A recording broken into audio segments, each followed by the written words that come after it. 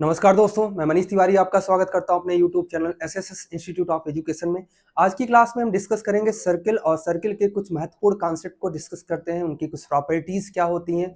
तो सबसे पहले हम स्टार्ट करते हैं सर्किल के डेफिनेशन से। डेफिनेशन क्या होता है सर्किल का, उसको परिभाषा सर्किल की क्या होती है। सर्किल को हम हिंदी में क्या बोलते हैं? सर्किल को हम हिंदी में वृत्त बोलते हैं। तो वृत्त क्या होता है, उसकी परिभाषा क्या होती है, इसको समझने की कोशिश करते हैं।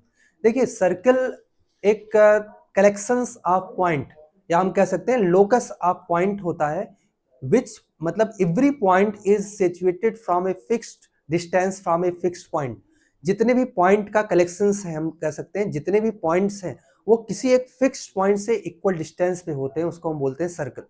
तो सर्कल में क्या है? Circle is the locus of a point which move in a plane in such a way that its distance from a given fixed point in the plane is always constant। तो यहाँ पे plane कई बार यहाँ पे दिख रहा है कि प्लेन कई बार आपको डिस्कस किया गया है इस वर्ड का। तो यहाँ पे एक चीज समझना है कि सर्कल एक तरह का प्लेन फिगर है, या हम कह सकते हैं कि ये 2D टू डायमेंशनल फिगर है। टू डायमेंशनल फिगर को हमेशा प्लेन पे ही बना सकते हैं, ठीक है। तो सर्किल है क्या, इसको समझते हैं बेसिक से। कि अगर हम इनफाइनाइट ऑफ पॉइंट ले लें, एक कलेक्शंस ले लें, क्या इनफाइनाइट ऑफ पॉइंट का, और इन सभी पॉइंट का जो कलेक्शंस है, ये सभी पॉइंट कैसे होने चाहिए? किसी एक फिक्स्ड पॉइंट से किसी एक फिक्स्ड पॉइंट से इक्वल डिस्टेंस पे होने चाहिए। किसी एक फिक्स्ड पॉइंट से इक्वल डिस्टेंस पे होने चाहिए। और जो फिक्स्ड पॉइंट होता है ना, फिक्स्ड पॉइंट को हम बोलते हैं, फिक्स्ड पॉइंट को हम बोलते हैं क्या? Fixed point is centre of circle. और फिक्स्ड डिस्टेंस जो होता है, फिक्स्ड डिस्टेंस ये होता है ये होता है radius of circle, radius of circle, ठीक है। दो चीजें आपको क्लियर हुई। फिक्स्ड पॉइंट क्या होता है? Centre of circle. And fixed distance क्या होता है? Radius of circle. तो सर्किल का डिफिनेशन आपको समझ में आ गया होगा। सर्किल कलेक्शन ऑफ पॉइंट है। पॉइंट कैसे होने चाहिए? पॉइंट एक किसी एक फिक्स्ड पॉइंट से इक्वल डिस्टेंस में होने चाहिए। तो अगर इनको मिला देते हो तो क्या बनता है? आपका सर्किल बन के तैयार होता है, ठीक है। अब सर्किल के कुछ महत्वपूर्ण कॉन्सेप्ट को समझते हैं। सबसे पहले हम बात करते हैं डायमीटर। डायमीटर क्या होता है सर्किल का? डायमीटर को हिंदी में बोलते हैं व्यास, व्यास, ठीक है। डायमीटर को हिंदी में क्या बोला जाता है? व्यास ऑफ सर्किल, ठीक है। व्यास सर्किल का क्या होता है? देखो, एक सर्किल है और ये रेडियस है, आपको ये बताया रेडियस। और रेडियस का टू टाइम, मतलब एक लाइन जो कि रेडियस सेंटर से होके जा रही है, एक लाइन जो कि सेंटर से होके जा रही है, या हम कह सकते हैं कि एक ऐसी लाइन जो सर्किल को टू इक्वल पार्ट में डिवाइड करती है, उसको बोलते हैं डायमीटर।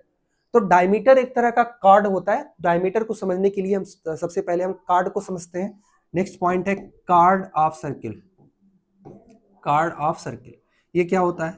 देखिए, अगर सर्किल पे सिचुएटेड किसी भी दो पॉइंट को, सर्किल पे दो पॉइंट अगर कोई भी है, कोई भी दो पॉइंट, और इसको अगर आप ज्वाइन करते हो, सर्किल पे सिचुएटेड किसी भी दो पॉइंट को ज्वाइन करते हो, उससे जो joining line between two point, the joining line which is join two point is called card of circle. Card क्या होता है? कि कार्ड एक ज्वाइनिंग लाइन होता है जो किसी दो पॉइंट, सर्किल के किसी दो पॉइंट को ज्वाइन करता है, उसको हम बोलते हैं कार्ड, ठीक है। तो कार्ड जैसे मान लो हमने एक दूसरा कार्ड बनाया, ये बड़ा कार्ड है, ये तीसरा कार्ड ये और बड़ा है। इसका मतलब कार्ड अगर सेंटर के से दूर है तो वो छोटा होगा, सेंटर के पास जैसे जैसे कार्ड जाएगा तो ये कार्ड की लेंथ इंक्रीज होती जाएगी। और जो सबसे लार्जेस्ट कार्ड होता है, सबसे लॉन्गेस्ट कार्ड, वो होता है डायमीटर। डायमीटर सबसे लॉन्गेस्ट कार्ड होता है। इसका सेंटर से डिस्टेंस जो होता है वो बिल्कुल जीरो होता है। सेंटर से distance of A card is zero, तो उसको हम बोल देते हैं, वो क्या है? वो है एक डायमीटर या व्यास है, ठीक है। कार्ड को हम जीवा बोलते हैं। क्या? कार्ड को हम बोलते हैं जीवा, जीवा, ठीक है। क्लियर हुआ? कार्ड क्या होता है? जीवा होता है, और ये डायमीटर होता है, डायमीटर को हम बोलते हैं व्यास। क्लियर हुआ? कार्ड क्या होता है, व्यास क्या होता है। तो इसको हम लिख लेते हैं, कार्ड क्या होता है? कार्ड,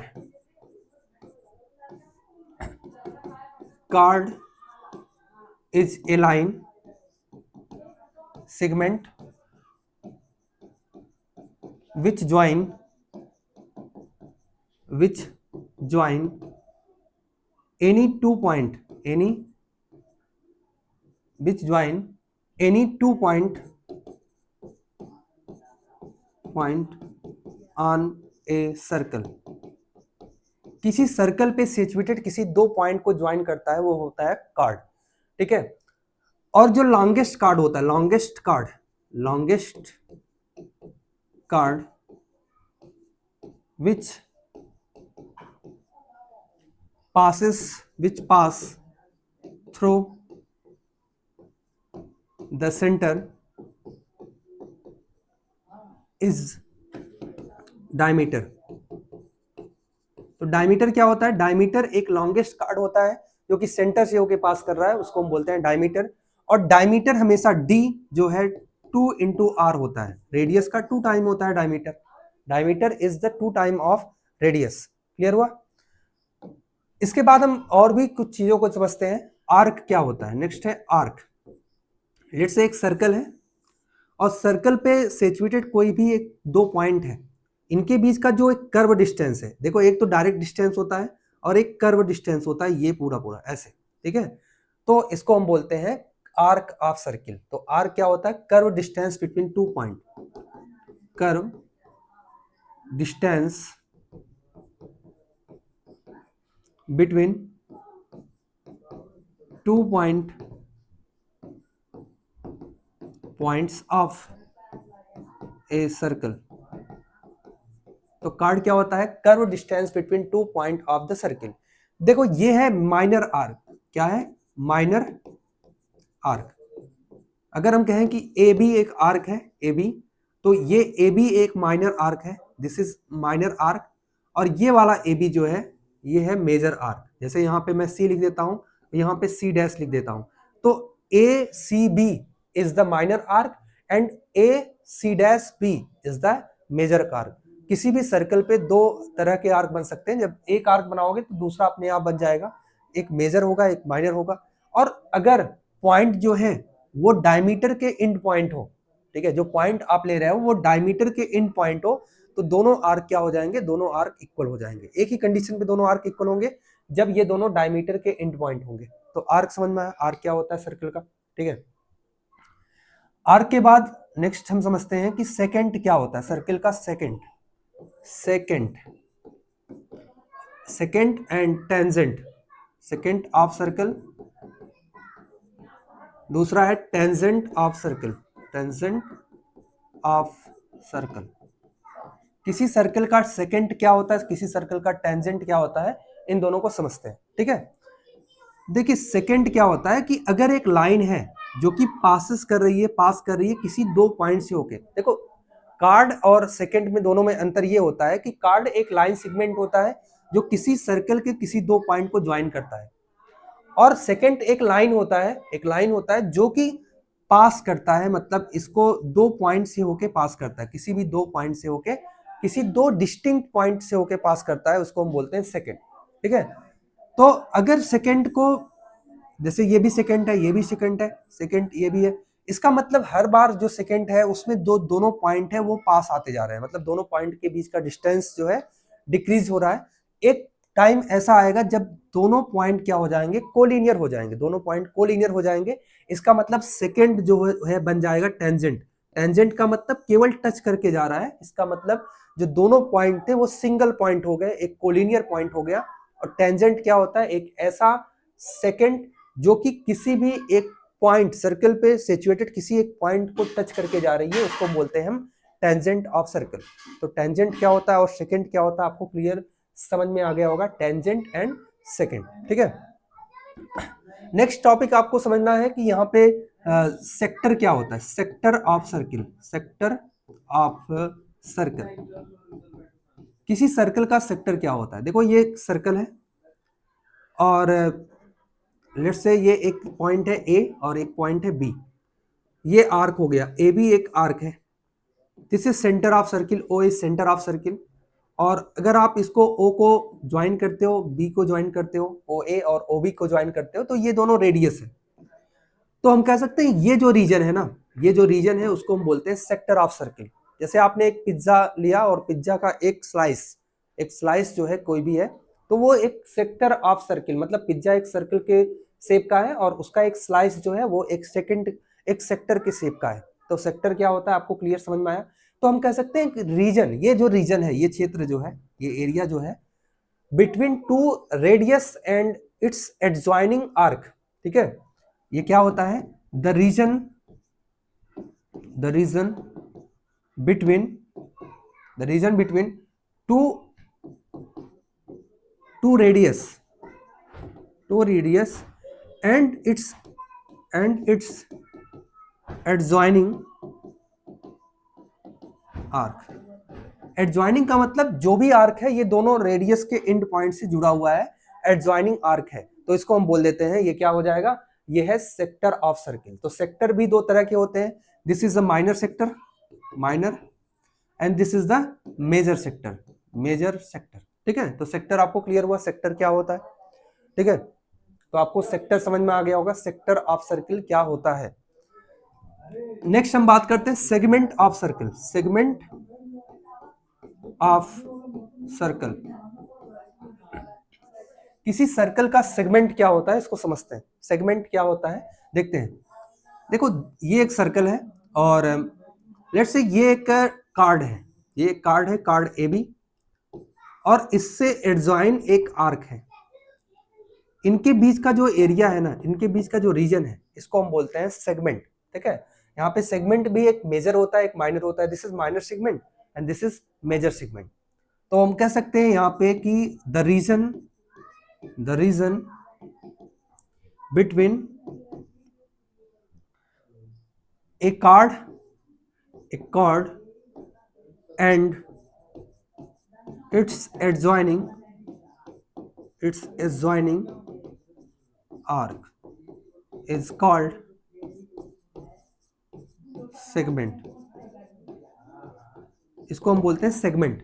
तो सेगमेंट क्या होता है, the region between A chord and its adjoining arc is called segment of circle, ठीक है।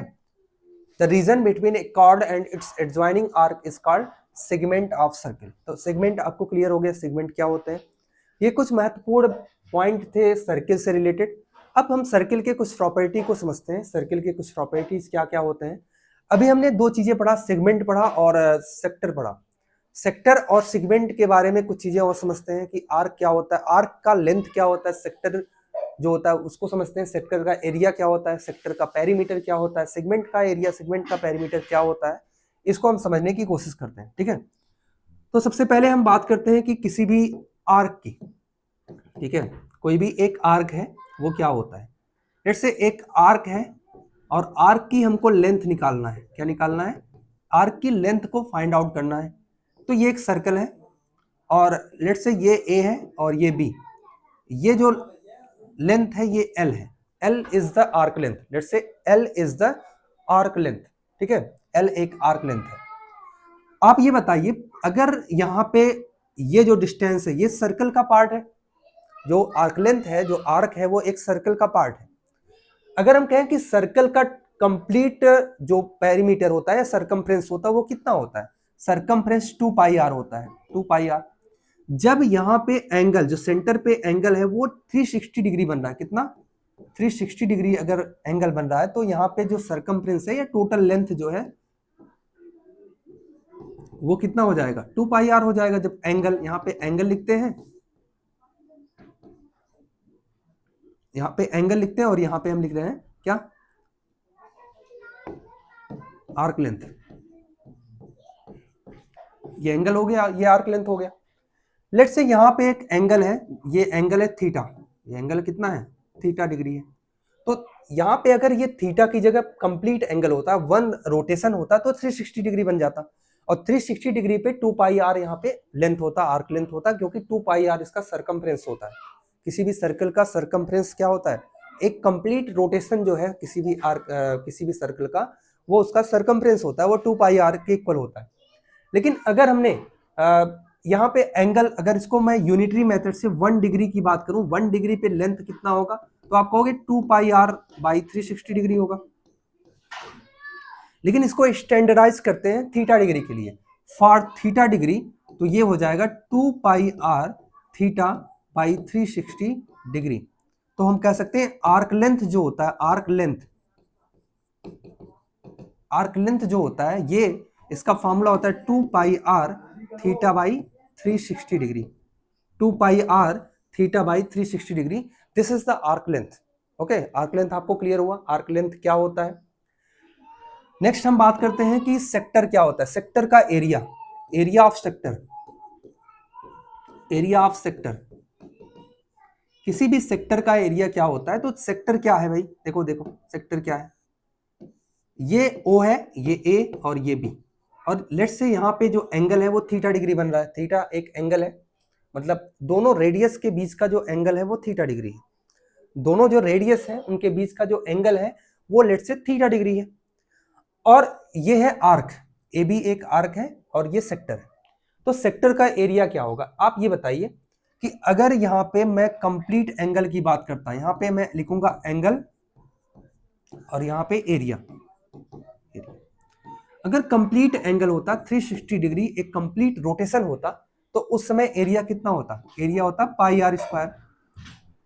लेकिन 1 डिग्री अगर रोटेशन होगा तो pi r square by 360 degree, unitary method, ठीक है।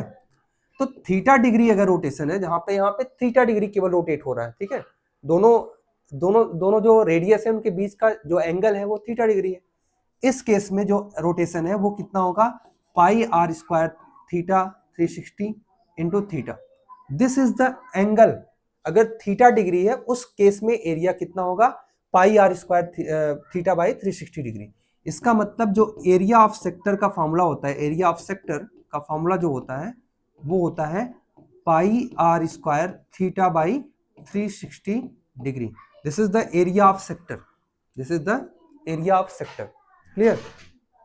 यहीं पे अगर हम फाइंड आउट करें पेरीमीटर क्या होगा, पेरीमीटर ऑफ सेक्टर, किसी भी सेक्टर का पेरीमीटर क्या होगा। देखो पेरीमीटर के लिए आपको एक तो आर्क लेंथ चाहिए, क्या आर्क लेंथ, आर्क लेंथ क्या होता है भाई, अभी आपने फाइंड आउट किया था 2 pi r theta by 360 degree, arc length plus ये दोनों। देखो पेरीमीटर का मतलब ये बाउंड्री जो है, ये देखो बाउंड्री है, ये भी बाउंड्री है, तो ए बी का जो लेंथ है ये 2 pi r theta by 360 degree होगा। और यहाँ पे एक रेडियस ये, एक रेडियस ये है 2r, ये कंप्लीट हो जाएगा पेरीमीटर ऑफ सेक्टर। किसी भी सेक्टर का पेरीमीटर ये होगा। आपको क्लियर समझ में आ गया होगा पेरीमीटर क्या होता है।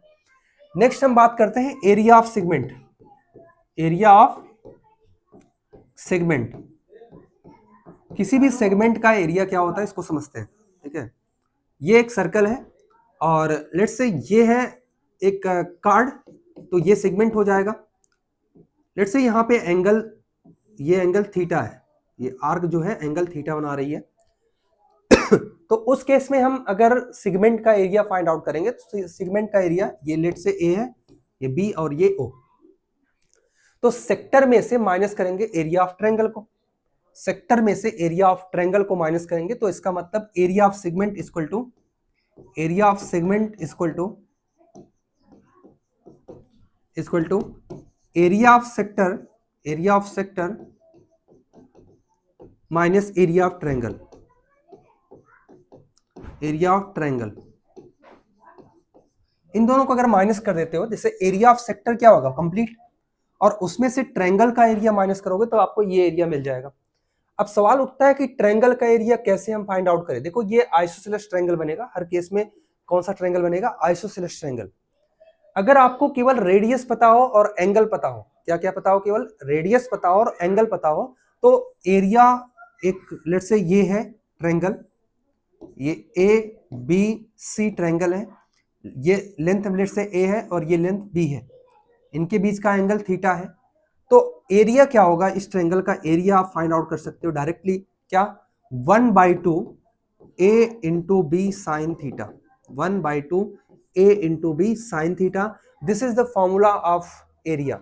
एरिया का ये फॉर्मूला होता है और ये इस केस में ना बहुत ही ज्यादा काम का होता है, मतलब बहुत ही एफर्टलेसली आप बहुत ही आसानी से इसका यूज कर सकते हो, ठीक है। इस केस में देखो ये आर है, ये आर है, तो एरिया क्या हो जाएगा 1/2 R into R, R square sine theta, sine theta, this is the area of sector, ठीक है। This is the area of sector, क्योंकि एरिया ऑफ सेगमेंट निकालने के लिए एरिया ऑफ सेक्टर में से एरिया ऑफ ट्रायंगल को आपको माइनस करना पड़ेगा। ठीक है, क्लियर? आपको समझ में आया एरिया ऑफ सेगमेंट कैसे आप फाइंड आउट करते हो। अगर हम इसका पेरीमीटर निकालना चाहें, पेरीमीटर ऑफ सेक्टर, तो हम ए बी एक कार्ड लेंथ है, ए बी प्लस एल, ये इसको हम बोल सकते हैं एल होगा आर्क लेंथ, कार्ड का लेंथ और आर्क का लेंथ अगर प्लस कर दें तो हमको मिल जाएगा सेगमेंट का पेरीमीटर। ठीक है, क्लियर हुआ? पेरीमीटर क्या होता है सेगमेंट का।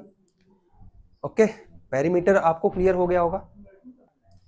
तो नेक्स्ट समझते हैं प्रॉपर्टीज ऑफ ट्रायंगल क्या होता है। मतलब अभी तक सेक्टर, सेगमेंट और आर्क, ये सब इनकी लेंथ, इनके एरिया, इनके पेरीमीटर, इन सब के बारे में हमने डिस्कस किया था। अब हम बात करते हैं प्रॉपर्टीज ऑफ सर्किल। सर्किल की कुछ महत्वपूर्ण प्रॉपर्टीज होती हैं, उसको समझते हैं। ठीक है, तो सबसे पहली प्रॉपर्टी की बात करेंगे कि एक कोई भी सर्कल है, कोई भी एक सर्कल है।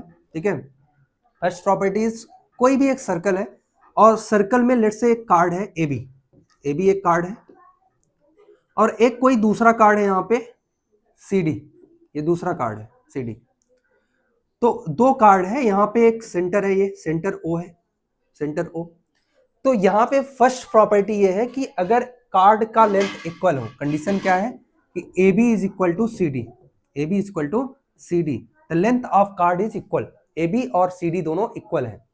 इस केस में जो ए बी एक एंगल सब्सटेंड करेगा कहाँ पे, सेंटर पे, ये एंगल, और सी डी यहाँ पे जो एंगल सब्सटेंड करेगा ये एंगल, ये दोनों एंगल आपस में इक्वल होंगे। इसका मतलब कि if both chord are equal, if both chord are equal, then angle A O B is equal to angle C O D. ठीक है, ये केस आपको समझ में आया होगा।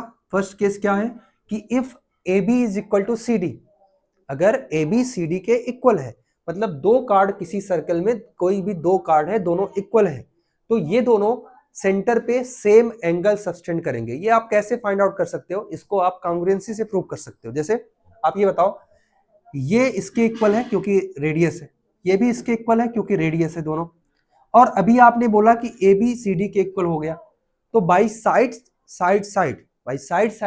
ये एंगल, ये ट्रायंगल और ये ट्रायंगल दोनों कांग्रुएंट हो गया।